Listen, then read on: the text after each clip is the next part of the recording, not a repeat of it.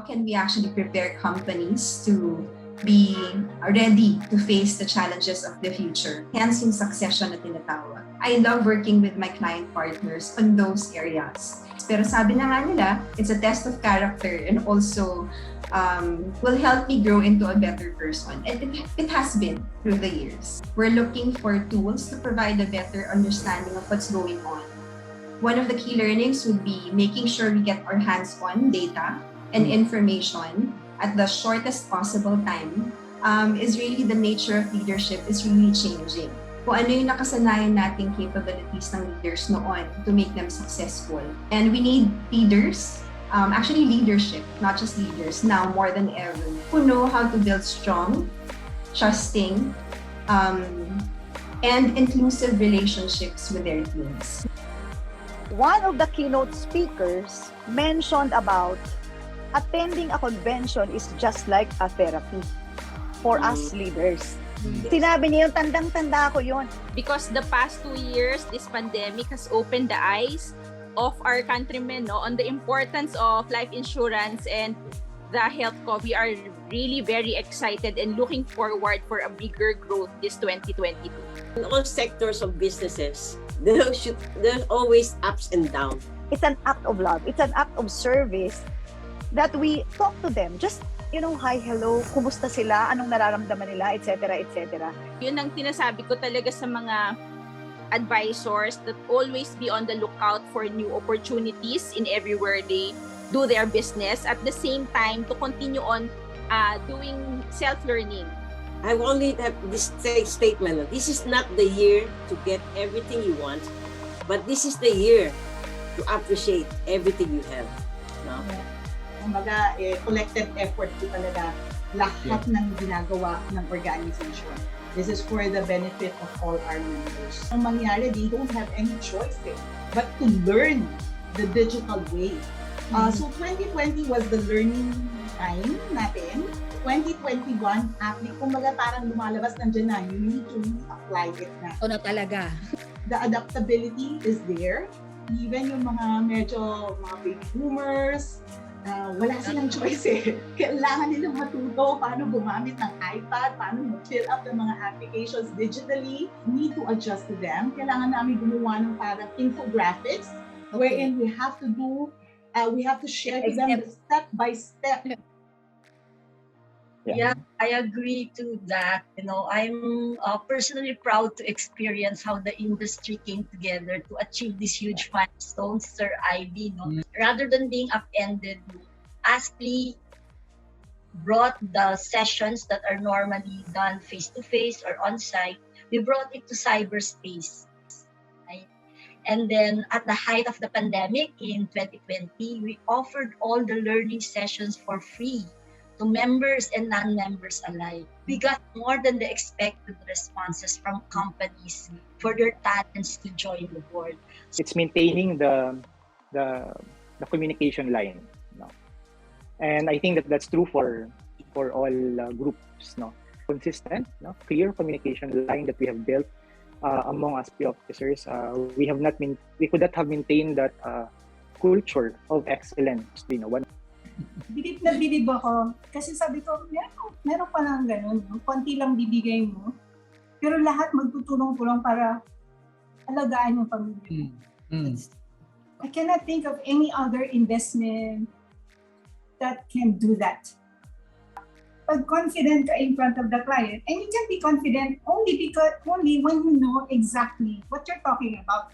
And you know that you're solving a problem of this person in front of you. And that you're doing this person a big favor.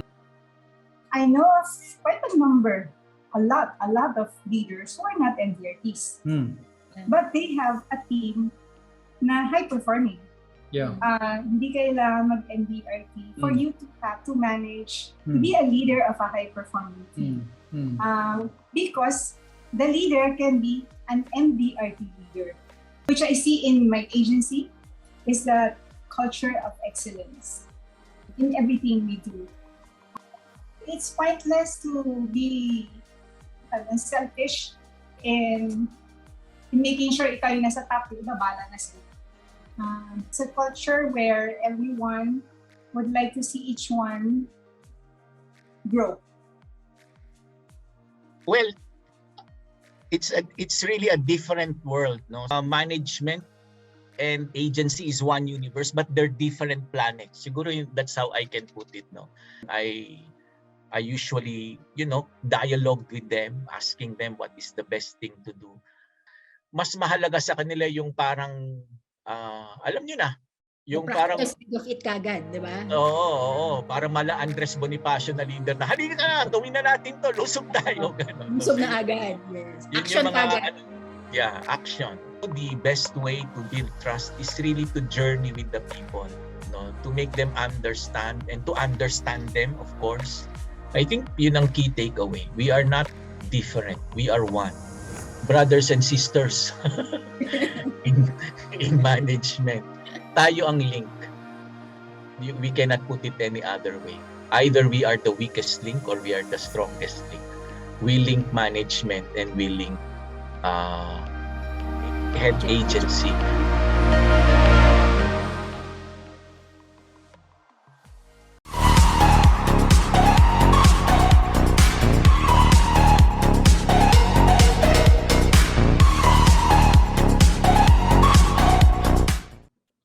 Good evening, Jay. Good evening, everyone. Welcome to Leaders in Action, Season 3, Episode 7. Tonight, we will talk about timing. When is the right time to be appointed as a leader? As one quote says, everything comes to you at the right time. Be patient, your time will come. But how do you know that it is the right time for you? Do you feel it? Is there something in your mind that will tell you that this is the right time? Or you simply take the plunge and go for it? We are indeed happy to have with us someone who will share with us her interesting story about timing. A successful personal producer for many years and who has had many opportunities to be an agency leader much earlier, but decided to accept the leadership role during the height of this pandemic. She could have waited it out, as she has done before. But what convinced her that it was the right time for her to be a leader now? Good evening, Mr. Ivy, and good evening, everyone. Welcome again to our episode tonight entitled The Time is Right. When is the right time, as you said, Mr. Ivy, is an intriguing question. And we are excited to hear some answers to that question. Dahil sabi nga nila, timing is everything. But before we dive into our interesting episode for tonight, we would like to thank again our special guest last week, AIA Philippines District Manager, Mr. Eric Nicdao, for sharing with us his insights into the forces at play between head office and the agency force. As in any significant relationships, no, there will always be time when each side, management and agency, will be called upon to rise above tougher situations. Eric highlighted a very fundamental point that both sides, again, management and agency, shared the same common goal. No, they have the same vision and mission, and each side has the other's best interest at heart. Sabi nga niya, one universe, two planets. Keeping this in mind and ensuring a more open line of communication will sustain a mutually beneficial and trusting partnership. Again, if you want to watch our conversation with Eric, you can watch it on our Facebook page and YouTube channel. Once again, thank you, Eric, for the reminder that when we work together, exert the effort, success is bound to follow. Moving to our episode tonight, it is written in the Bible itself that there is a time for everything and a season for every activity under the heavens. Parents would remind their children that there is a time to play, but there is a time to study. Young married couples talk about the right time to start a family. Businesses constantly search for the right time to launch a major project. Life insurance companies look for the right time to introduce a new product. And similarly, when someone is being recruited in this career, one of the first questions he or she asks himself or herself is this the right time? Tonight, we ask the question, is there a right time to be an agency leader?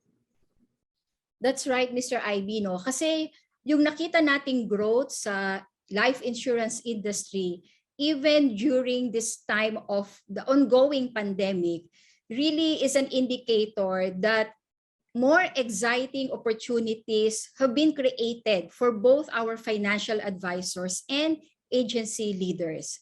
But somehow those same opportunities pose a more serious career question, like, do I focus on selling and continue to be a successful financial advisor, or is it high time for me to consider already a leadership role and grow my own agency team so that we can connect to a lot more people?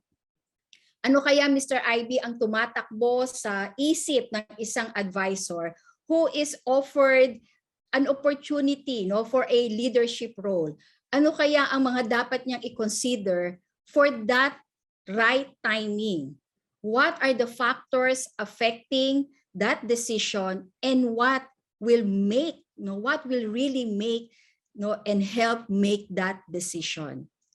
To help us answer those interesting questions and more, we are very pleased to be joined tonight by a beautiful lady who, after 20 years as a successful financial advisor, has decided to become a leader and form her own general agency at a time na nagkakagulo ang mundo. No? At hindi lang yon, Mr. IB, aside from the fact na nag-form siya ng GA, naging TOT pa siya, no, nung last year, nung 2021. So indeed, talagang 2021 was her year. So ladies and gentlemen, as we are all excited to listen to her story, please help me welcome the general agency head of financial space insurance agency of InLife. Let's welcome Miss Belen Pujol. Hi, Belen. Hi, Jay. Hi, IB. Hi, Oh, hello. Good evening and welcome to Leaders in Action. Again, we'd like to thank you for accepting our invitation to be our special guest tonight. Thank you for inviting me. Like I said many times, I would always say many times, invitations like this is an opportunity for me as well to be able to share and give back to our industry, and I think we're on the same page as far as that's concerned. Salamat. How are you? Thank you. I'm good. How are you? Actually, we're super, right? Yes. Fantastic. We have to be super. Alam naman natin sa ating industry, no?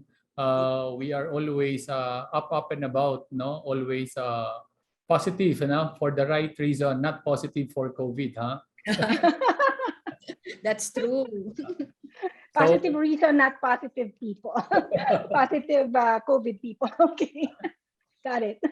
So again, salamat, ha. So we begin our conversation, Belen, by requesting you to please share something about yourself and your team. What were you doing prior to the industry, and what led you to this wonderful career? Okay. Thank you for that question. It's always I always gladly share this journey, the beginning of my journey. Soon after college, I actually migrated to San Francisco, where I worked for 10 years before I moved back to the Philippines. And there I was a credit analyst. That was my last position as a credit analyst. And the reason why we came back is because my husband, being the eldest in the family, was actually asked to come back to take over the business. And but our real, I guess our real turning point there was to spend more time with our kids, because at that time meron kaming two toddlers, an Oh. 8-year-old and a six-year-old boys. I mean, very hyper boys. Yes, mga boy. So yeah. And so when I got back, I pretty much started helping out with my husband's family business. And so I did that for a while. But sometimes you get to that realization when to keep the harmony in the family, especially if you're an in-law. you have to respectfully leave that space. You have to navigate carefully. And so I did that, and I started.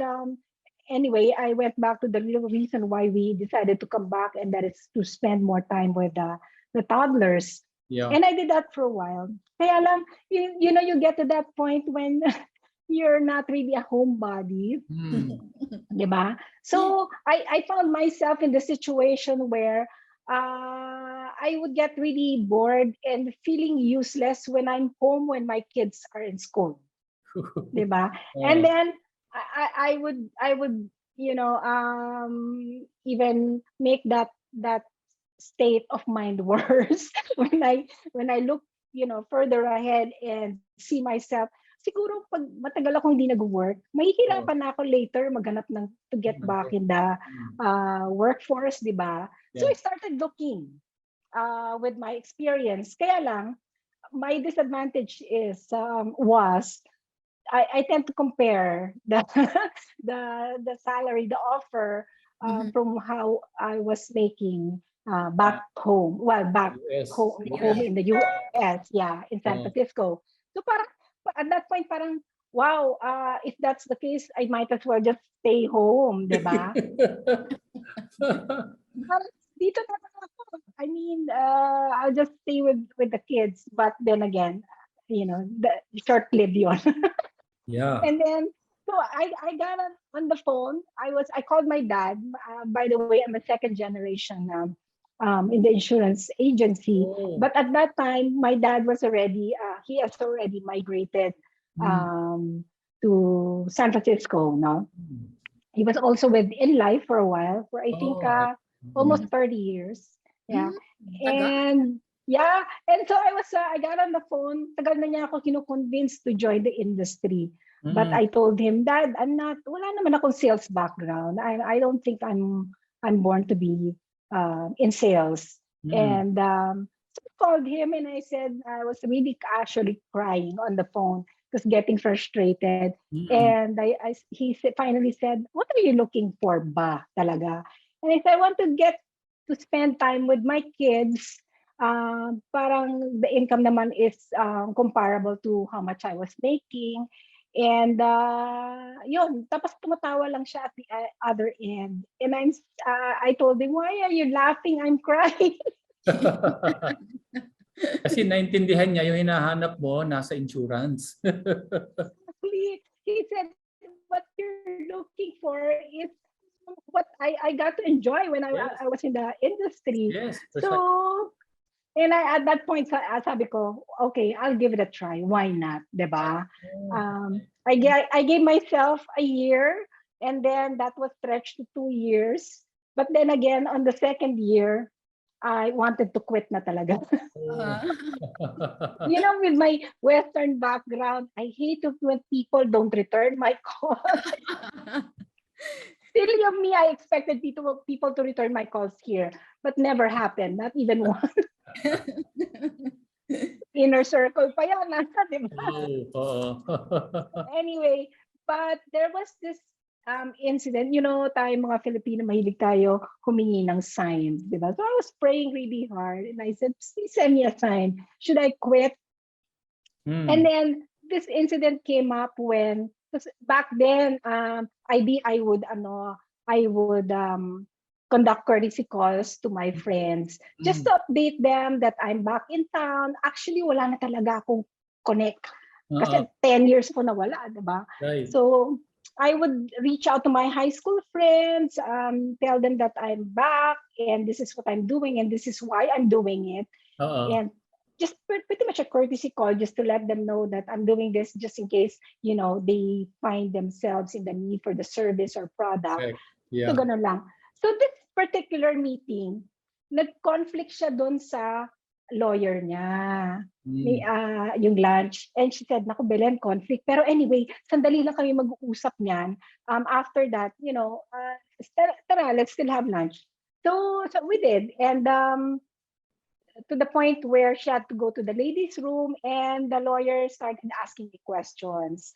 What are you doing? And when I said I'm with Insular Life, oh, wait, we have this problem about our retirement, cannot get tax qualified. Anyway, he went into the problem and he said, if you can find a solution to our problem, the business is yours. And yes, I did, diba? Opportunity knocks, Wala, it was my first group account. Wala akong experience at all. And back then, ang mga group account are actually, mga traditional, diba? Yung mga endowment at 65, diba? Yung mga ganyan. And, that point, I realized that I'm not here to sell. I'm here to solve problems. Yes, nice. Yeah, and I think that was the sign I was looking for. So yun, and Get the sign. Yeah, it was the sign. So and that was the start of it all, no? And now after, sabi ni Jay, after 20 years, you started when you were 12, I assume, or Jay, right? So after 20 years of your journey, anong masasabi mo, Belen? Kumbaga, what are some of the highlights of your journey thus far in the industry? I think I'm one of those late bloomers. It took me 10 years to qualify to the MDRT. But from the time I qualified to the MDRT consistently every year. And when I qualified to the life membership, I wanted to make it more meaningful. Yeah. So that's also the first time I qualified to the court of the table when I qualified to the life membership. But as soon as I qualified, when I was looking for I wanted to make it more exciting and meaningful. But the year after that, I faced this fork on the road where I wanted to quit again. So it was, you just really have to go back to your why you're doing this in the first place, because that's actually going to pull you back. Diba? That is the answer to the question why you should not quit. In other words, what kept you going, notwithstanding sinasabi mo mga obstacles along the way?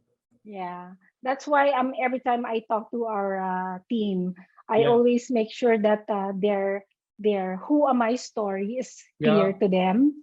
Diba? Kasi yun yung anchor natin diba? So, especially when you're having those bad days when, wow, laki na nang na-collect ko, what do you call this? Ni-refund pa kasi hindi siya na-approve. Yung mga ganun ba, diba? Mga ganun, Oo, mga frustrations, no? And unpleasant. Yes, but as she said, if you stick to your why, then you have that reason to keep moving, no? Right. But siguro at this point, first, congratulate ka muna namin because finally you have found the courage, and we will talk about that later, of having your own general agency, no? What's the profile ba of your team at this point? We started actually with 18 financial advisor, and that's not including me. It's just that we have a very unique story in our team. Maybe siguro for better appreciation, let me give you backgrounder, no, of our team, how we really started. With my former affiliation, people FAs there, especially the millennials, because right now our team is composed of 80% millennials and Millennials. 20% millennials, including me. And you know, they would always come to me, not by appointment. I was never appointed to be the mentor of one of the mentors there, but they would always come to me, maybe because I always tell them, you know, you talk to everybody in the group if you really want to be successful here. Pick up what you think would be, you know, would apply to your style or situation. And that makes you unique, you know, a combination of this person and that person, diba? And but anyway, most of them, they would come to me. So to them, I'm their mentor. Okay. All right. And when I left that general agency, a couple of weeks, no, a couple of years, not weeks, a couple of years later, they reached out to me because that agency is no longer with In Life. All right. And they were curious if I have plans of putting up my GA, my general agency. No, because at that time I was like a direct FA and an internal consultant for In Life for our Alpha program. Okay, so they reached out because obviously displaced sila di ba? And they feel, yes, and they feel more comfortable if they join a team na kilala nila yung leader, where they feel safe and they the trust is already there kasi, di ba? So yun. So if looking back, I have been offered the position many times, but I respectfully declined. Deep inside, I thought I was not ready because I was enjoying I enjoyed being a producer. That's my core genius, eh. That's what I'm good at. So why switch hat? I didn't see any reason, compelling reason that is, I guess, to take the offer. But given this situation, my real intention was, I guess the real reason why I opened it is because I started the agency is because I was not doing it for myself. I always say that always do everything, anything with the right intention. So my intention for starting the agency is pretty much to because out of concern for the people, to house them. And the prior year 2020, when the pandemic hit, I have learned so much as a mentor to the Alpha program, and I have prepared not just myself but help prepare everybody to pivot and see the silver lining, the opportunity the pandemic has presented. And so the second reason I started the agency is because of the pandemic. Okay, so I think at the back of my mind, this is the time we are needed most, diba? So not just by the financial advisor reaching out to me na displaced, at the same time to be there for our clients during the pandemic, because I don't know, you know, the recent study, LIMRA study, shows that there's a new addition in the list of reasons why people buy life insurance, and this new reason is ranks number 2, highest reason, ano? And people are buying life insurance. It states there that people are buying life insurance now amidst the pandemic because of the pandemic. And just to align that with my role now, I started the agency. Really, what really convinced me is because of the pandemic, to be there for the people who's been displaced, Mm-mm. whether you're an FA or you're a client. Or you're a client. Yes, yes. Exactly. I think that's very clear, no? And it's a very strong reason. Again, it's not about self. It's about at least two very important groups, no? The displaced FAs and of course the clients. Jay? Yes, no. Sabi mo nga, Belen, no, that you have been offered the position of being an agency leader for so many times already, no, during your 20 illustrious years as financial advisors. Belen, can you still, remember when was the first time you were exposed or you were offered the agency leadership role? And aside from not feeling that you are ready, ano ba yung ibang reasons, no, kung bakit you were declining it? Kasi the reason why I'm asking this, Belen, because we have a number of some listeners out there, no, not only leaders but maybe advisors na medyo nagko-contemplate pa, no, medyo may mga takot pa, may mga fears pa in terms of assuming the leadership role. So maybe it will help, no, na marinig din nila sa iyo na ito pinagdaanan ko din ito, no, pero nalagpasan ko rin to. So can you let's take a one step back during that time na medyo hindi ka pa sold masyado sa leadership role. Okay, actually the first time I was offered the role was when my first affiliation in the industry moved to another company, insurance company, and I never had any problems with in life, so I decided to stay. And at that point, since I stayed, they offered me being in the as a financial advisor for 7 years. At that point, they offered me to open my general agency, and you know what? I did. You did? I did at that time. Okay. And, but what happened? Okay. But you know, diba, if you go back, this was what late 19, early 2000. Okay. Hindi pa ganon ka solid ang support ng management or company as far as developing new recruits sa training. Meron, pero hindi kagaya as compared to what we have now. Diba?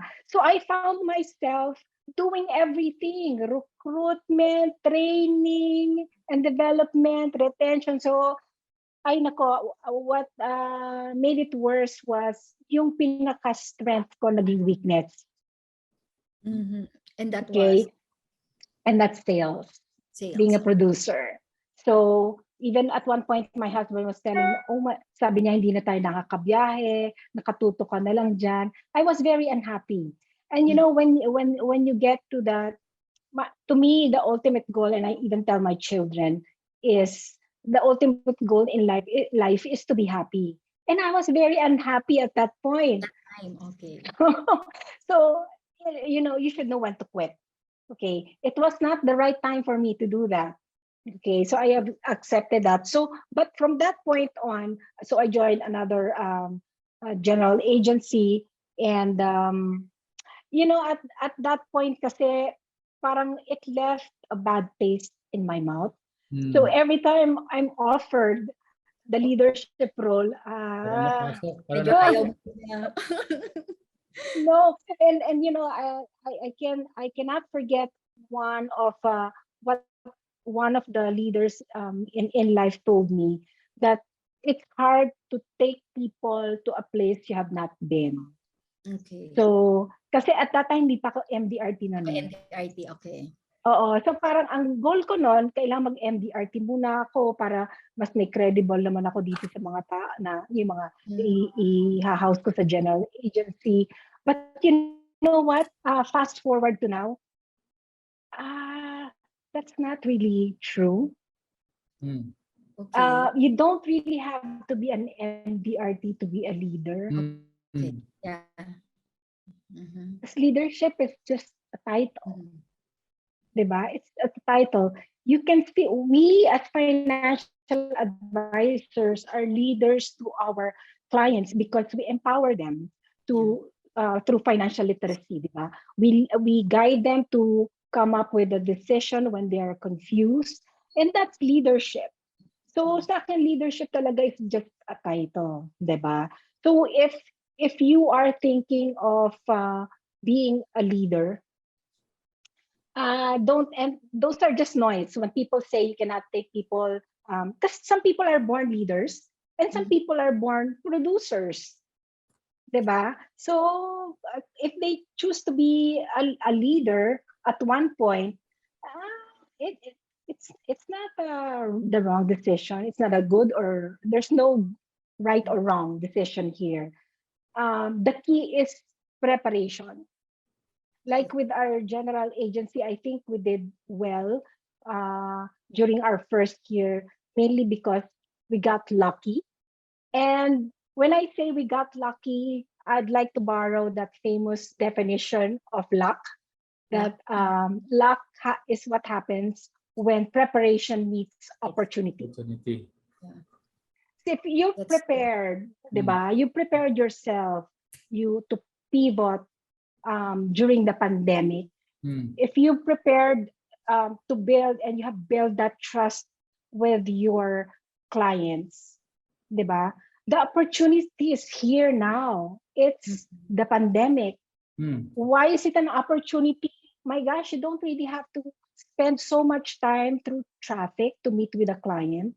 So instead of meeting in the past, dalawa, madami na sa akin yan. Now you can meet what? Up to, well, sa akin ang max ko na talaga 4. For day, no? In a day. Oh, because I need to moderate my not greed, but moderate my stress. Na tayong level ng stress tolerance, di ba? So, yun. So, I mean, it's really, if you're prepared and the opportunity is there, that's what I mean by we got lucky. Although, our group is still under construction. Ways to go, but we're learning as we go. Yeah. Two things I got from your sharing just now, no, Belen. One is that you really don't need a title, no, of a leader to be a leader, because as you have said nga, being an advisor to your clients somehow is leading them to certain important decisions, no. And you also mentioned earlier that you serve as a mentor to a number of the fellow advisors mo doon sa iyong former GA, kahit na hindi ka formally leader, ay pumupunta sila sa iyo, no, for advice, for consultation, for guidance, no. No, at yung pangalawa, no, na sinabi mo na preparation is the key, no, to being, no, effective in whatever you do, whether as a financial advisor or as a leader. Now, you have proven yourself really as a successful financial advisor. So, punta na ako dun sa, minention mo na rito kanina, yung preparation. How did you prepare yourself, no, to this leadership role now? So, siguro, i-minus na natin yung time na naging initially naging GA ka, no, you still really spent, no, so many years as financial advisors. Some as a financial advisor, how did this prepare you now to this role that you have recently embarked on? Paano mo prepare yung sarili mo na, okay, ito na, I will go for the leadership. Okay, sabi mo kanina, hindi ka ready noon at that time, okay, pero ngayon, ready ka na. What kind of preparation did you do for yourself? Thank you, Jay. Actually, you know, it's now thinking back, it's actually my role as a mentor for the Alpha program that prepared me for this, and that's why at one point, my boss at that time, my direct report boss at that time, did mention to me na you're already doing the role of a leader. Ang kulang na lang sa'yo title, diba? Because with our leadership program, the first quarter kasi is focused on being productive. Okay. So that was March 2020 when we had a lockdown, di ba? Yeah. Yeah. Okay. So that's at that time, kaka-launch lang ng second batch namin sa program. And my gosh, these are new recruits that we are developing to be producers. Biglang nag-pandemic, di ba? So, anyway, so I had to, when the pandemic started, I was no different from everybody else. At first, I was in that state of denial na hindi magla-lockdown yan, hindi naman nangyari yan before. Bakit ngayon pa? Again, we never experienced a pandemic in our lifetime. And from being in denial, nung finally nag-lockdown, in shock na ako. Nag-sink in na yung reality. Nag-sink in siya. And I had to do this. I had to deal with this personally because a lot of people are depending on me as far as, okay, what's next? How are we going to survive this? Diba? And first thing sa akin, wala talagang it's not the time to sell. Don't even bother. People are not receptive to any business calls. So what I did was, listening to inspiring stories, how we have survived many crises. How humanity would just really get together and help out each other. So at that point, what I did was just started making calls to my clients, non-business. Okay, I just wanted to know how they're doing, how they're coping. Yeah, check lang how they're doing. At the beginning of the call, I make it clear this is not a business call. I just want to know how you're doing, where we can help, diba? So, and then the first, parang wala talaga akong plano mag sales call kasi it was a health crisis, diba? Wala dyan yung wala dyan, hindi iniisip ng mga clients natin yan. Hindi priority, no? Yes. So, but then again, later, nag-open up sila kasi our health crisis became economic crisis into financial crisis. But going back to the health crisis stage, one of my clients called and said, she initiated the call. Belen, this call took place before I started reaching out to check up on other people. And she said, I just want to double check, make sure that my policies are enforced, just in case something happens to me. And then the second call, which really made me move, was into, to be where I'm needed, was a phone call from one of my clients who said to me, Belen, how much would it cost me if I increase my life insurance to this? Syempre tayo, di ba, una natin tatanong pag ganyan, why do you want to increase your life insurance? Yes, it's true. Baka alarm, may alarm. Sound of may red flag tayo dyan. So he said, well, it's just that I've been offered an early retirement. He was the international F&B for a big hotel and they closed down. And he said, I was given an option to keep my HMO or my life insurance coverage. Of course, I chose the HMO because we're in a health crisis. And I agreed. And he said, that's why I'm looking into buying my own. Kasi mawawala. Although, many times I told him that your life insurance provided by the company is called terminus of your employment. But, he reminded me that I said that to him. And he said, I just found out this morning, I was just informed this morning, the first person I called was Susan, my wife. You are the second person I called. Can you imagine hearing that from a client? We are essential to them. We are very relevant to these people.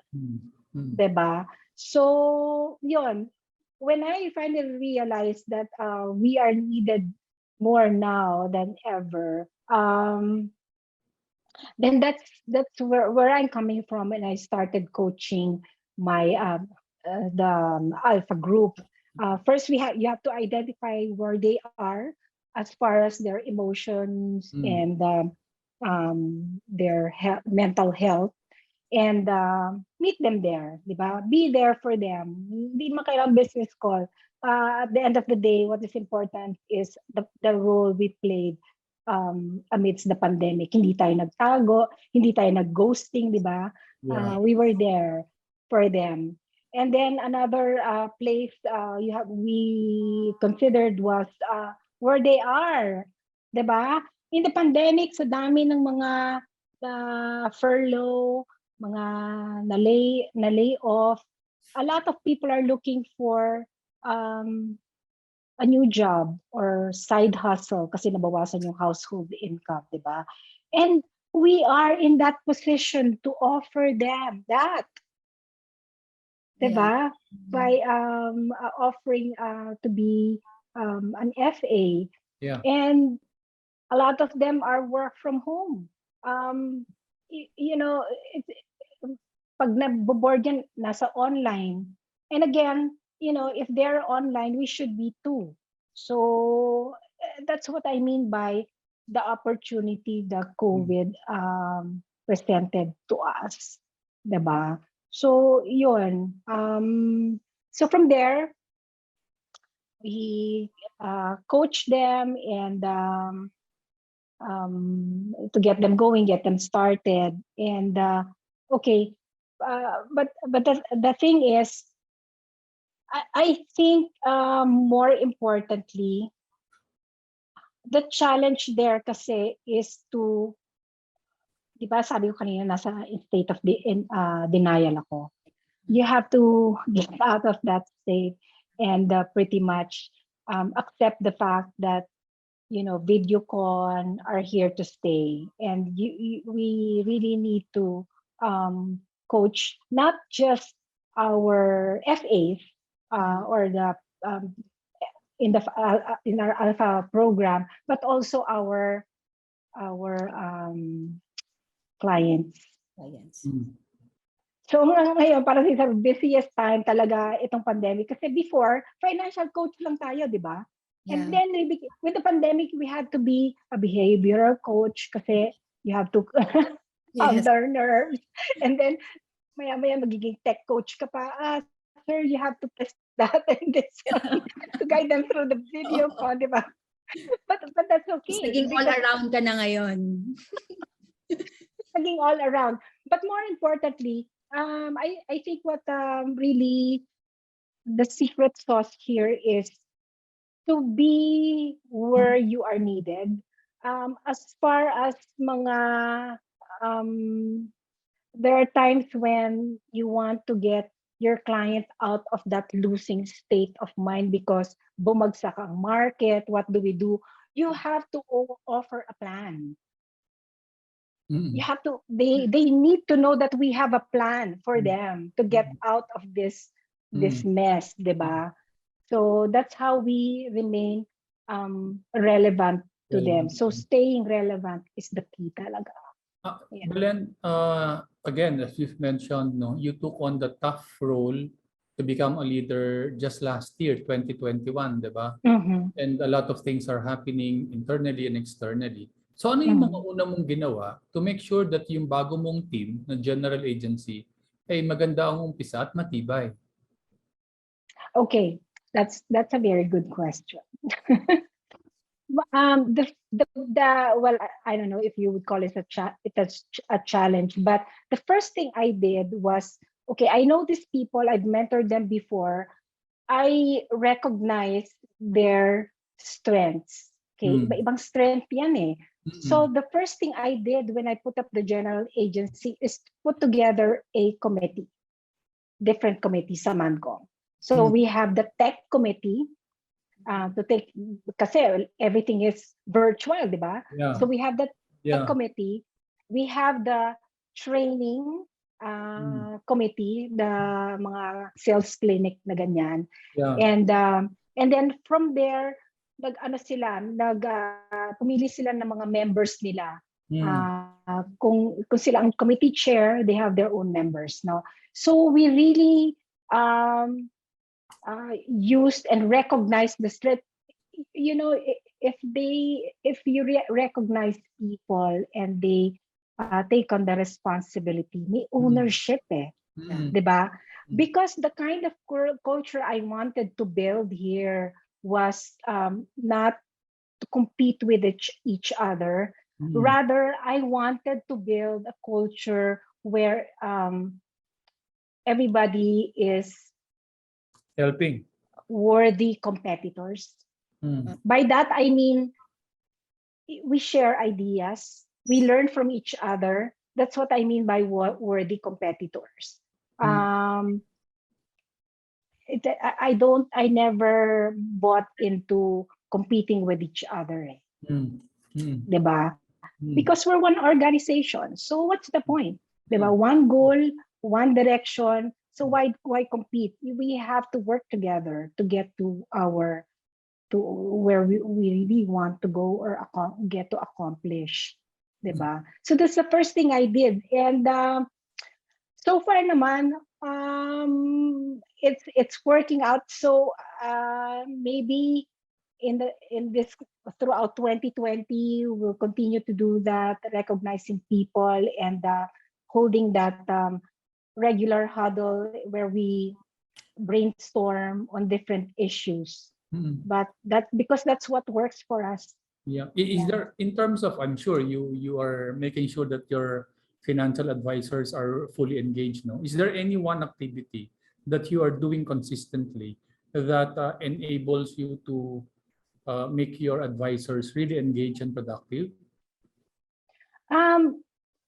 It's basically our weekly huddle is always covering different topics, whether it's motivational or workshop, diba? Miski parang you get to the point na ano ba to, huddle kami ng huddle, pero parang hindi nag-improve yung yung numbers. It doesn't matter. We just kept doing it anyway. Because what choice do you have? If you stop, you're doing it na nga. Ganun pa yung numbers. Can you imagine what? Wala ka pang ginagawa. First, wala ka pang ginawa. That's true. Diba? But eventually, the thing is, here's the thing.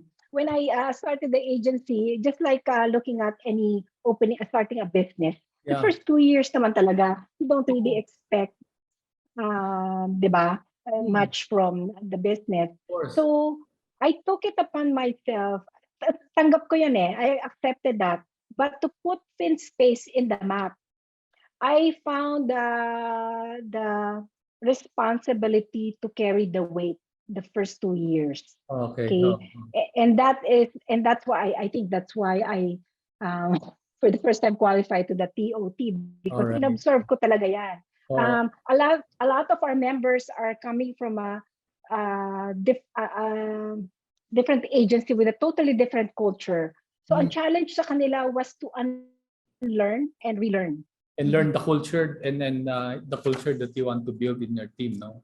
Yes, and mahirap yun, ha? Plus amidst the pandemic. In the middle of the pandemic. Belen, you mentioned kanina that ang kagandahan sa panahon ngayon, marami ng suporta ang mga companies for leader development and agency development, di ba? Yes, so I'm sure your company has a lot of support programs to help you out. But is there one support na talaga namang nakatulong ng husto sa'yo in your first year as a GA?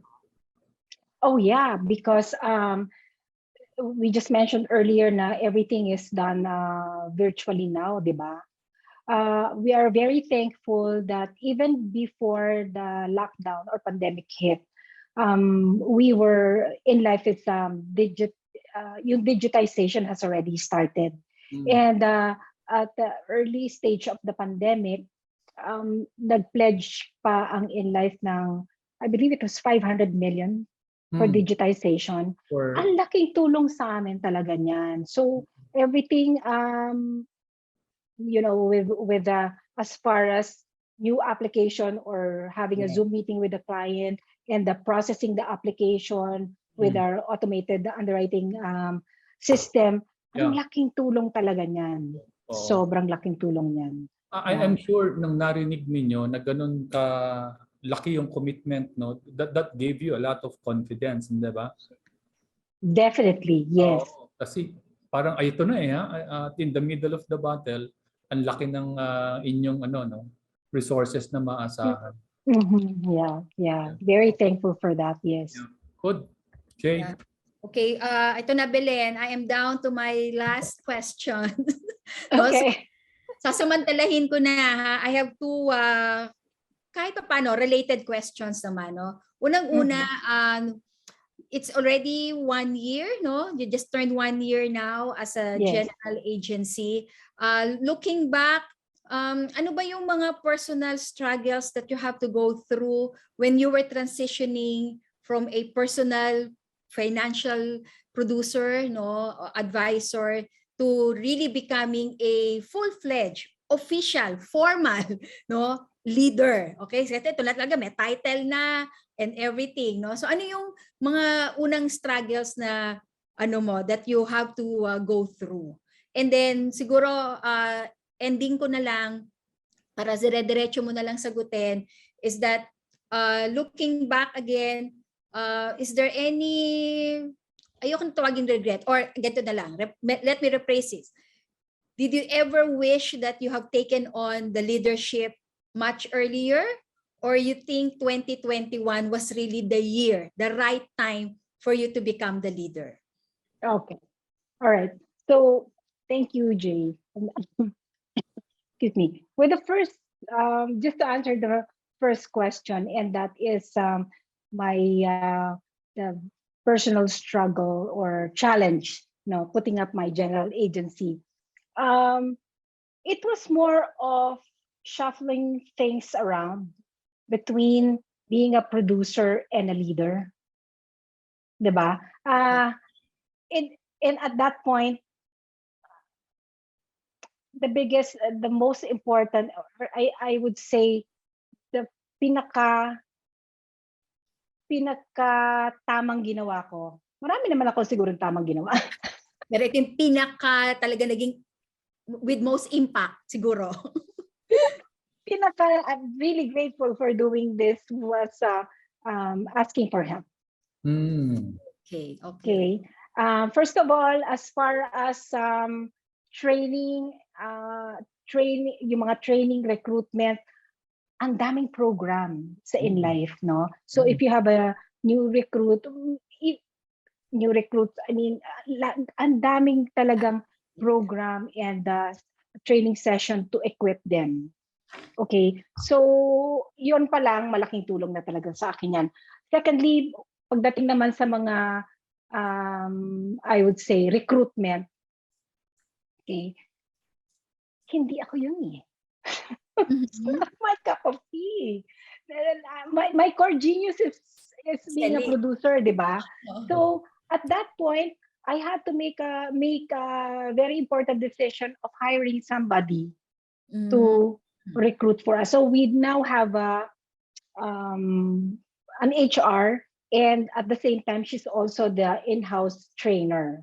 So pag may na-recruit, pinapasa ka agad sa kanya as far as scheduling them for the exam, getting them coded, getting them licensed. Wala na sa akin yan. Can you imagine kung ako pang gagawa? That's true. And that's a smart way, di ba? I mean, you delegate what you can delegate. Yes, and ask for help. I'm very lucky to have 3 wonderful leaders in FinSpace. And every time, I really need help on certain things like whether it's tech or sales clinic, they're there. So yun.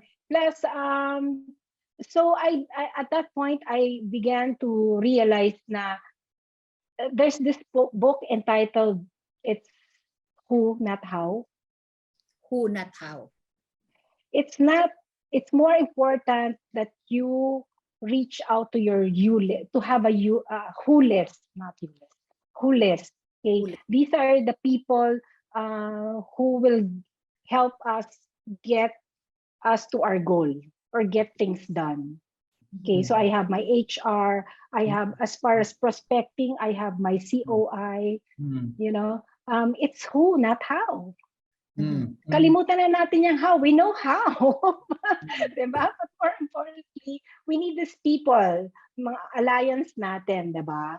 So, yeah, so that's the biggest challenge, and that's how I face that challenge, by asking for help. It's the best thing you can do. Ask for help. Totally agree, because no matter how good the person is, he cannot do it alone. Yun na lang tanong ni Jay na isa na, talaga bang naniniwala ka na 2021 was the right time for you? Okay, if I was offered this position before the pandemic, I probably would still say no. Pandemic talaga was really the key for you. That's interesting talaga, Belen. So, and you said very clearly the reason behind why pandemic, no? Final question from us na lang, Belen, is that yung what advice can you give to those who are still on a crossroads? Nag-iisip ka na sige na nga o hindi muna. What would you remind them to think about? Siguro piece of advice lang, based on my experience, no. As a producer kasi, we coach to empower our clients to achieve their financial goals. Yeah. Okay.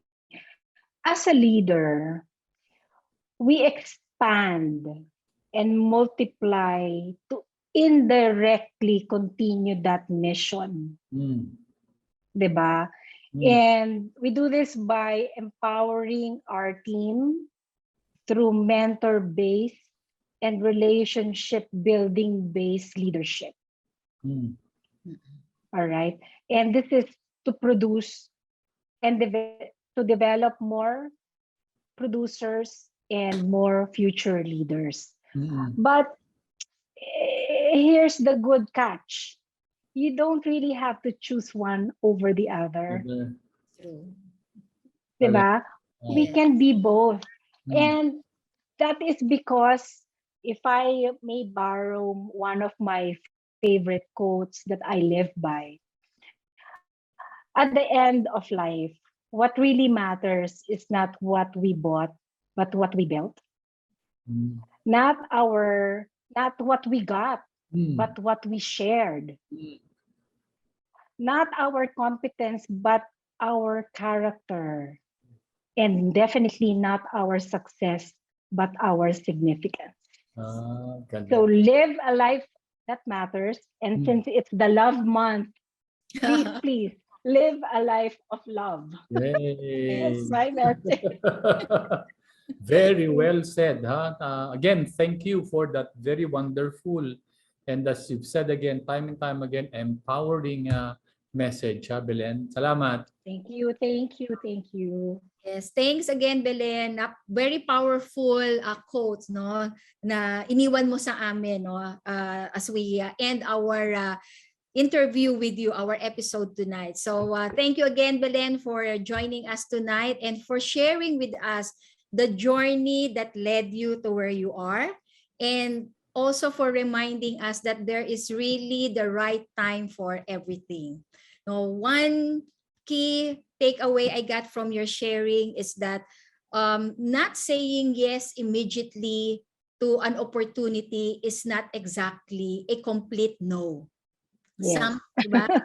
Sometimes we just need to more assurance or reassurance, or we just need to have a better understanding and appreciation of the opportunity that is being offered to us. In your case, to find a more meaningful reason, a more meaningful why. At minsan, feel din natin na hindi pa natin completely nagagawa yung assignment na binigay sa atin, no? Ika, 'di ba? Parang ika nga hindi pa mission accomplished doon sa current role natin, no? But what I got from you also is that while during those times that you have not said yes, they should also be spent in developing, no, improving and preparing yourself so that when you feel that the right time is already here, no, you are ready to take on the challenge. And indeed, you did it, Belen. 2021 was your year. Not only you started, no, to build your general agency, but you became TOT. No? So talagang yung management of time very evident, no? Obvious na obvious. So again, Belen, thank you very much and all the best to FinSpace, no? To you and to Team FinSpace, no? In the coming years. Thank you again. Thank you, Jay. Thanks, Ivy. Yeah, alam mo, Belen, what I like also about your sharing is that you saw the silver lining in the pandemic, di ba? You saw a tremendous opportunity, not to really earn income, that's not the primary, but to actually opportunity to be of service to both your financial advisors who were initially displaced and to the customers who put their trust on you, no? But going back to the topic on timing, an opportunity not taken can actually be an opportunity lost forever, no? So really, it is hard and delicate choice when you are presented a wonderful opportunity. But whether you decide or you wait for the right time or seize that moment, at the end of the day, it's your call and you have to stand by that decision. So we again want to thank our dear guest, Belen, and we agree with you totally and what you've shown to us that now is indeed the right time for you and your team. Thank you, Ivy. Thank you. Yeah, so thanks again also everyone for choosing to make us make us your Thursday 8 p.m. habit. I'm sure you had a lot of learnings, no? Belen shared tons of nuggets of ideas, no, tonight. Pick one that you can apply ASAP, no? Kahit isa man lamang, no? Sa maraming binigay sa atin, no, ni Belen, yun nga lang yung talagang gagawin nyo agad because this is the right time to do that.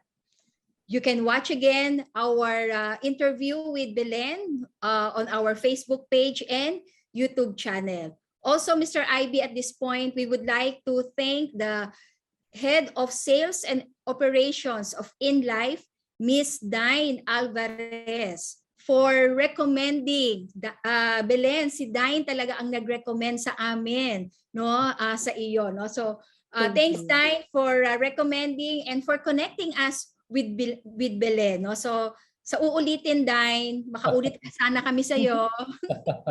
Salamat, Dine.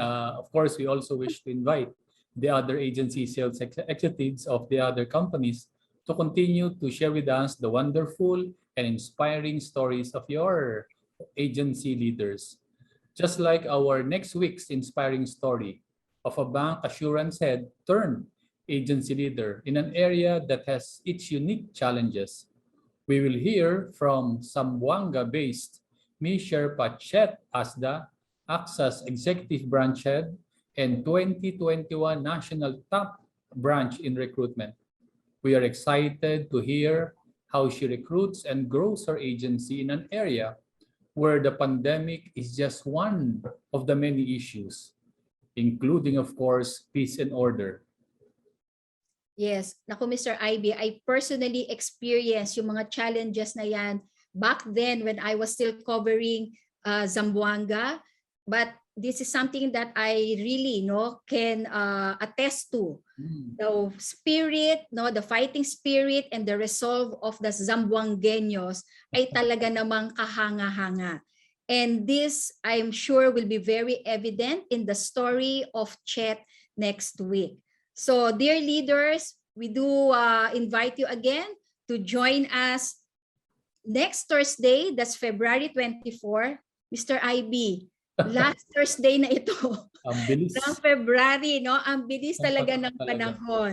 Oo. So please, magsama-sama tayo sa huling Huwebes ng Pebrero. Okay? So that's next week, February 24, 8 p.m. here in Leaders in Action. We leaders. Real stories. Real talk. Bye, everybody. Thank you, Thanks, Belen. Belen. Thank you. Salamat. Thank you. Good night, everybody. Thanks, Take care. everyone. Salamat. Bye.